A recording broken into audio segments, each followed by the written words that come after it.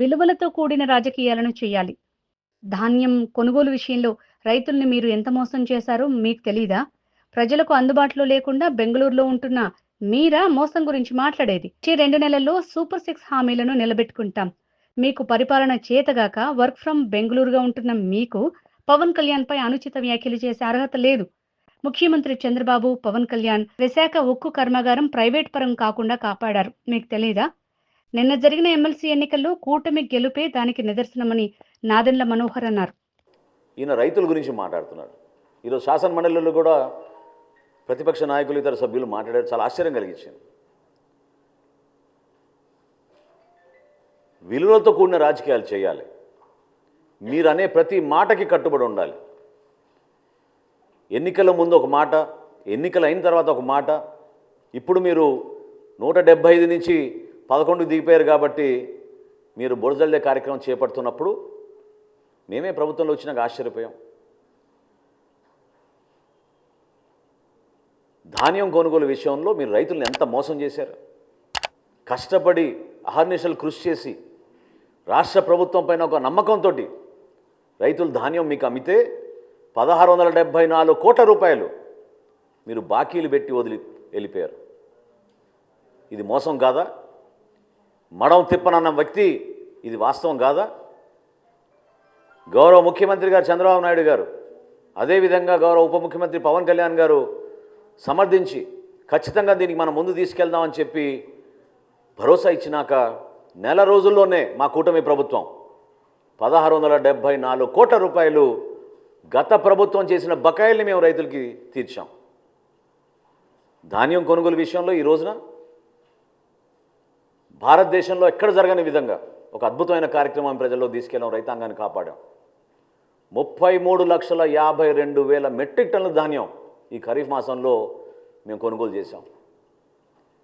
నిన్న సాయంత్రం వరకు 7,772 కోట్ల రూపాయలతోటి ఈ ధాన్యం కొనుగోలు చేశాం.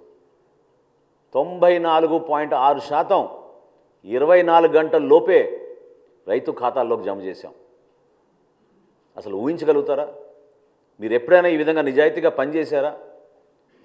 ప్రజలకి మీరు అండగా నిలబడాల్సిన బాధ్యతని మీరు విస్మరించుకుని మీరు కలిగించిన నష్టం ఈ రాష్ట్రానికి పూడ్చడానికి చాలా సమయం పడుతోంది. అనేక ఇబ్బందుల్లో ఉన్నాం.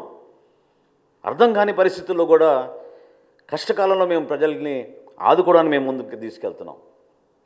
నోరు ఉంది కదా అని నేను ఇందాక అన్నట్టు వర్క్ ఫ్రమ్ బెంగళూరు ఎమ్మెల్యే అయినా. జనరల్గా శాసనసభ్యులు అసెంబ్లీ అయిపోయిన తర్వాత వాళ్ళ నియోజకవర్గాలకు వెళ్ళి పనిచేసుకుంటారు, ప్రజలకి అందుబాటులో ఉంటారు. ఈయన మాత్రం శాసనసభకి రాడు, బెంగళూరుకి మాత్రం తరచుగా వెళ్ళిపోతూ ఉంటారు. ఏ విధంగా మీరు ప్రజా సమస్యలపైన మీరు నిలబడతారు చెప్పండి? ప్రజలు మీకు ఒక శాసనసభ్యుడిగా మిమ్మల్ని ఎన్నుకున్నారు కదా, దాన్ని మీరు గౌరవించాలి కదా, నిలబడాలి కదా. ఇవన్నీ విస్మరించి కేవలం ఇట్లా ప్రెస్ మీట్లు పెట్టి మీ క్రిమినల్ మైండ్, అంటే నేను అనేది ఈ రోజున పవన్ కళ్యాణ్ గారిని ప్రత్యేకంగా టార్గెట్ చేయాల్సిన అవసరం దేనికోసం వచ్చిందంటే తన రాజకీయ ప్రస్థానంలో ఈ విధంగా ఆయన ముందుకెళ్తూ ఉంటాడు. ఒక క్రిమినల్ మైండ్. మేము కూడా అనొచ్చు కదా, నువ్వు కోడి కత్తికి ఎక్కువ గొడ్డలికి తక్కువ అని. ఏ విధంగా బాబాయ్ హత్య జరిగిందో అందరికీ తెలుసు కదా. ఇది పద్ధత? ప్రజాస్వామ్యంలో మీరందరూ కూడా ప్రత్యేకంగా ఒక పద్ధతి ప్రకారంగా మాట్లాడుకోవడం అలవాటు చేసుకోవాలి.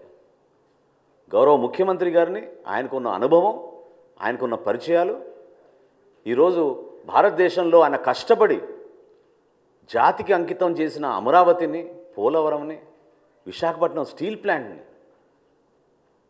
పూర్తిగా మీరు విధ్వంసం పాలు చేస్తే ఏ విధంగా కేంద్రానికి వెళ్ళి అక్కడ ఉన్న భారతీయ జనతా పార్టీ నాయకుల్ని, నరేంద్ర మోడీ గారిని, ఇతర నాయకుల్ని, ఆయన పవన్ కళ్యాణ్ గారు కలిసి రాష్ట్రాన్ని నిధులు తీసుకొస్తున్నారు.